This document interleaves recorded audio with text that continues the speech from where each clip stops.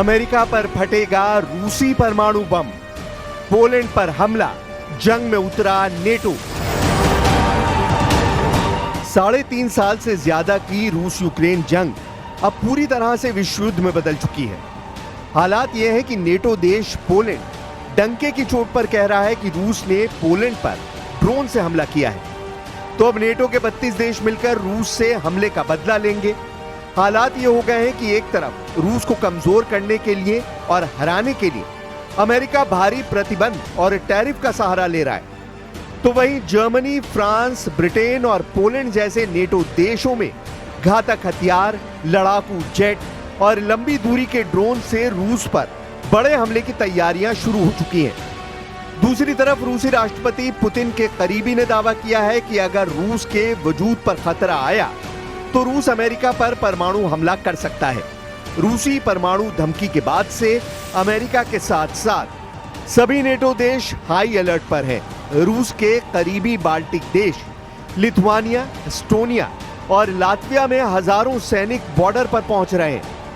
इधर ब्रिटेन के PM Keir Starmer ने ऐलान कर दिया है कि हम मिलकर पोलैंड पर रूसी ड्रोन हमलों का बदला लेंगे। कुल मिलाकर हालात ये हो गए हैं कि अब यूक्रेन जंग के साथ साथ वर्ल्ड वॉर की तैयारी भी शुरू हो चुकी है। परमाणु हमले को तैयार रूस, पहला टारगेट अब अमेरिका। जैसे ही पोलैंड ने दावा किया कि रूस ने पोलैंड में घुसकर ड्रोन हमले किए हैं, उसके बाद से नेटो देशों ने यह मान लिया है कि रूस अब यूक्रेन के साथ साथ नेटो देशों से सीधा युद्ध करना चाहता है।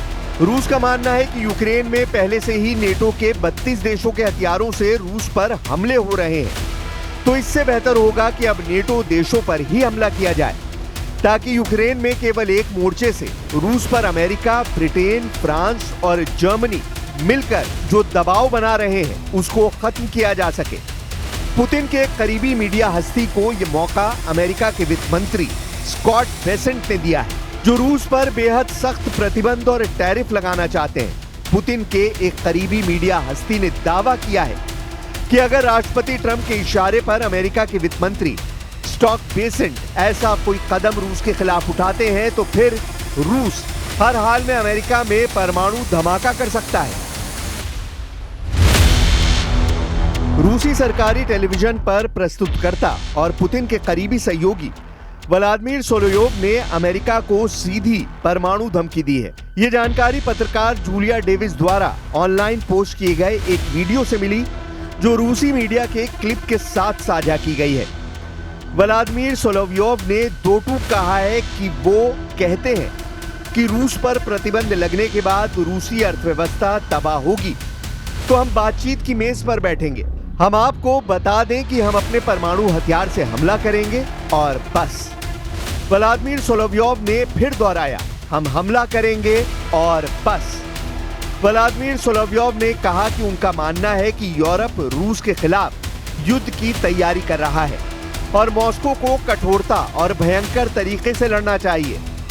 व्लादिमीर सोलोयोव का यह बयान पूर्वी यूरोप में बढ़ते तनाव के बीच आया है, क्योंकि पोलिश प्रधानमंत्री डोनाल्ड टस्क के मुताबिक पश्चिमी यूक्रेन पर रात भर के हमले के दौरान 19 रूसी ड्रोनों ने पोलिश हवाई क्षेत्र का उल्लंघन किया।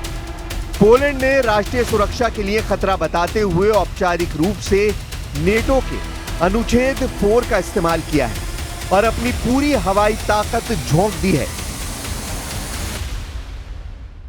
Ta rosyjska prowokacja, jak panowie generałowie i nasi żołnierze doskonale zdają sobie sprawę, była niczym więcej tylko próbą testowania naszych zdolności. Zdolności reagowania także polityków, prezydenta Polski, premiera Polski na to, co się dzieje we współczesności, co się dzieje dzisiaj. Była próbą i prowokacją sprawdzenia mechanizmu działania w ramach Sojuszu Północnoatlantyckiego i naszej gotowości do reakcji.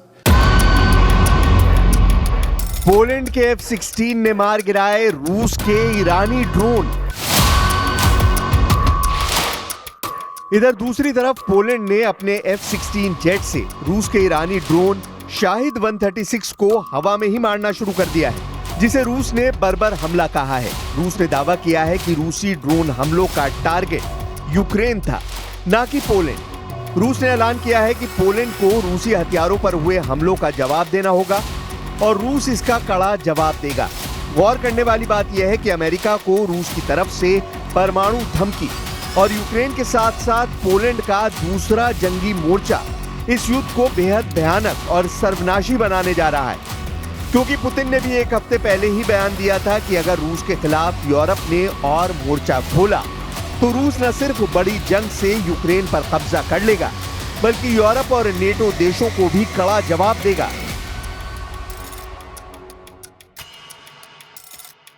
Тем более, что мы видим настроение действующей в США администрации под руководством президента Трампа.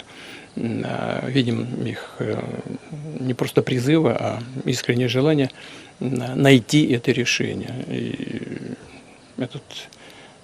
мне кажется, есть определенный свет в конце тоннеля. Посмотрим, как будет складываться ситуация. Если нет, то нам придется решить все поставленные перед нами задачи вооруженным путем.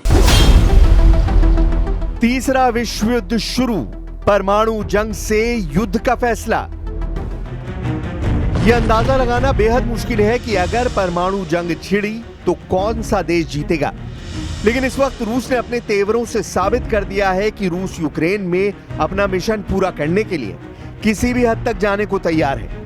हम आपको रूस के राज्य परमाणु ऊर्जा निगम Rosatom के महानिदेशक Alexei लिखाचेव का वो बयान दिखाते हैं जो साबित करता है कि रूस ने बड़ी परमाणु जंग की तैयारी पूरी कर ली है।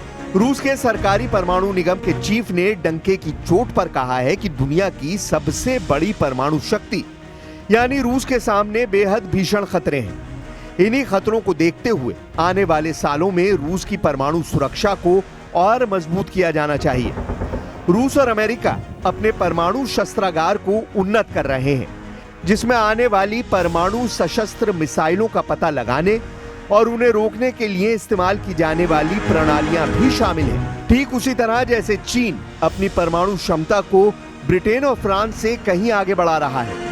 रूसी सरकारी समाचार एजेंसी RIA ने अलेक्सी लिखाचेव के हवाले से कहा, वर्तमान भू राजनीतिक स्थिति में हमारे देश के अस्तित्व के लिए भारी खतरे हैं। इसलिए परमाणु कवच, जो एक तलवार भी है, हमारी संप्रभुता की गारंटी है। हम आपको बता दें कि फेडरेशन ऑफ अमेरिकन साइंटिस्ट यानी FAS के शोध के अनुसार रूस के पास लगभग 4300 परमाणु हथियार हैं और संयुक्त राज्य अमेरिका के पास लगभग 3700 हैं, जो दुनिया के कुल भंडार का लगभग 87% है। शोध के अनुसार चीन लगभग 600 परमाणु हथियारों के साथ दुनिया की तीसरी सबसे बड़ी परमाणु शक्ति है। इसके बाद फ्रांस के पास 290, ब्रिटेन के पास 225, भारत के पास 180, पाकिस्तान के पास 170, इजराइल के पास 90 और उत्तर कोरिया के पास 50 परमाणु हथियार हैं। लेकिन रूस अभी भी परमाणु हथियारों के मामले में दुनिया में नंबर 1 है। उधर दूसरी तरफ नेटो ने तेजी से रूस से मुकाबले की तैयारियां शुरू कर दी हैं। जो दावे किए जा रहे हैं वो हैरान करने वाले हैं। रूस के हाथों यूक्रेन की तबाही और बर्बादी देखने के बाद से यूरोपीय और नेटो देशों के सामने सिर्फ एक ही रास्ता बचा है, या तो रूस से सीधी जंग करो या फिर अपनी जान बचाकर भागो। पेरिस, लंदन और ब्रसल्स में नेटो और यूरोपियन यूनियन की मीटिंग में यह बिल्कुल साफ हो चुका है कि यूरोपीय देश किसी भी कीमत पर पुतिन और ट्रंप की डील को नहीं मानने वाले हैं। हालात यह है कि अब पोलैंड तीसरे विश्व युद्ध का पहला हेडक्वार्टर बन गया है। नेटो की तरफ से पोलैंड रूस को सीधी चुनौती दे रहा है। ऐसे दावे किए जा रहे हैं कि वहीं बाल्टिक देश एस्टोनिया, लातविया और लिथुआनिया भी रूस के हमलों से निपटने के लिए एड़ी चोटी का जोर लगा रहे हैं। दावों के मुताबिक पोलैंड में 1,20,000 नेटो सैनिक जमा हो चुके हैं। फ्रांस की स्पेशल फोर्स के लगभग 6,000 स्पेशल कमांडो पोलैंड में मौजूद है। इधर रूस ने बेलारूस में अपनी इस्कंदर मिसाइल 5 महीने पहले ही तैनात कर दी थी। खबर यह भी है कि अगर पोलैंड की तरफ से रूस पर हमला होगा तो बेलारूस की तरफ से यूक्रेन पर रूस और बेलारूस की सेना मिलकर बड़ा हमला कर देगी। नेटो की इस चाल पर ट्रंप की मोहर नहीं लगी है, ऐसा दावा किया जा रहा है। परमाणु युद्ध तय, रूस ने दिए संकेत। दुनिया जानती है कि अगर रूस का डेड हैंड एक्टिव हो गया तो फिर चाहे भले ही कोई इंसान जिंदा ना हो, फिर भी न्यूक्लियर मिसाइल खुद ब खुद उड़ने लगेगी। रूस का डूम्सडे डिवाइस पूरे अमेरिका को 30 मिनट में मिटा सकता है। रूस के विदेश मंत्री सरगेई लेवरोव कुछ हफ्तों पहले ही बोल चुके हैं कि रूस की परमाणु घड़ी टिक टिक कर रही है। आज रूस के पास 1600 टैक्टिकल न्यूक्लियर वेपन है और 2400 स्ट्रैटेजिक न्यूक्लियर वेपन है। 2011 में रूसी जनरल सरगेई कारकाएव ने एक इंटरव्यू में डेड हैंड सिस्टम के वजूद को कंफर्म भी किया था। उन्होंने कहा था कि अमेरिका को 30 मिनट में खत्म किया जा सकता है। रूसी मीडिया के मुताबिक अब इसमें रडार अर्ली वार्निंग सिस्टम और हाइपरसोनिक मिसाइलें भी जोड़ दी गई हैं। अब ऐसे हालात में रूस के क्रेमलिन में पुतिन के ऑफिस के प्रवक्ता दिमित्री पेस्कोव ने 16 जुलाई 2025 को दोहराया कि रूस का परमाणु सिद्धांत प्रभावी बना रहेगा। इसी दावे को दोहराते हुए उन्होंने फिर कहा, रूस का परमाणु सिद्धांत अभी भी प्रभावी है और इस प्रकार इसके सभी प्रावधान लागू होते रहेंगे। रूस ने तो यहां तक कह दिया है कि जिस तरह से रूस को धमकाया जा रहा है और प्रतिबंध लगाए जा रहे हैं, वो एक सर्वनाश युद्ध का कारण बन सकता है। ये वो 5 देश हैं जो रूस के कट्टर दुश्मन बन चुके हैं: Ukraine, France, Britain, Germany, Poland. Putin के रूस को झुकाना चाहते हैं और युद्ध विराम बिना रूस की शर्तों के चाहते हैं। पहला देश है यूक्रेन। यूक्रेन के प्रेसिडेंट व्लादिमीर ज़ेलेंस्की, जिन्होंने अमेरिका से न्यूक्लियर हथियार मांगकर अपने इरादे जाहिर कर दिए हैं। ज़ेलेंस्की अमेरिका के परमाणु हथियारों से रूस को हराना चाहते हैं। दूसरा देश है फ्रांस। फ्रांस के राष्ट्रपति इमैनुअल मैक्रोन, जो यूरोप में न्यूक्लियर शील्ड बनाने की तैयारी में है ताकि रूस के साथ सीधा मुकाबला किया जा सके। फ्रांस अपनी सेना भी यूक्रेन भेजना चाहता है। तीसरा देश है जर्मनी। जर्मनी के होने वाले चांसलर फ्रेडरिक मर्ज ने तो यूक्रेन को टैंक बटालियन भेजने का ऐलान कर दिया है। यहां तक कि जर्मनी अपनी सबसे एडवांस मिसाइलें भी यूक्रेन भेज रहा है। जर्मनी के चांसलर फ्रेडरिक मर्ज ने तो यूक्रेन को टैंक बटालियन भेजने का ऐलान कर दिया है। चौथा देश है ब्रिटेन, जो रूस के खिलाफ अपनी स्टॉर्म शैडो मिसाइलों से पिछले 1.5 सालों से हमले करवा रहा है। इसके अलावा यूक्रेन को ब्रिटेन ने चैलेंजर टैंक देकर युद्ध को और भयानक बना दिया है। इसके अलावा 5वां किरदार है पोलैंड, जो पोलैंड में न्यूक्लियर बेस बनाने के लिए अमेरिका से कह रहा है ताकि रूस पर सीधा हमला किया जा सके। इन 5 देशों में से किसी के भी इरादे शांति के नहीं दिख रहे, बल्कि ये रूस से टकराने के लिए तैयार है। ब्लूप्रिंट बनाया जा रहा है। इस बीच इन 5 ने मिलकर पेरिस मीटिंग में फॉर्मूला निकाला है, जिससे यूरोप में हथियारों का प्रोडक्शन बढ़ाया जा सके। Germany will permanently station a brigade in Lithuania. This is a major step to strengthen our deterrence and defense on the eastern flank of the alliance. इस बीच यूक्रेन पर रूस के हमलों में 15 गुना तेजी आ चुकी है। यूक्रेनी राष्ट्रपति व्लादिमीर ज़ेलेंस्की ने एक्स पर एक पोस्ट में कहा कि रूसी सेना ने पूरे यूक्रेन में 415 ड्रोन और 40 क्रूज और बैलिस्टिक मिसाइलों से बड़े पैमाने पर हमला किया है। ज़ेलेंस्की ने बाद में एक पोस्ट में कहा कि यूक्रेनी सेना ने 380 से ज्यादा रूसी ड्रोन नष्ट कर दिए, जिसमें कम से कम 250 शाहिद ड्रोन शामिल थे। रूस की सरकारी समाचार एजेंसी टास की रिपोर्ट के मुताबिक रूसी रक्षा मंत्रालय का दावा है कि रूसी सेना ने 24 घंटे में 225 यूक्रेनी ड्रोन और एक गाइडेड मिसाइल को मार गिराया है। अब देखना होगा कि ऐसे हालात में रूस यूक्रेन के साथ साथ नेटो देशों से कैसे निपटता है, जो अब रूस से जंग की तैयारी युद्ध स्तर पर कर रहे हैं।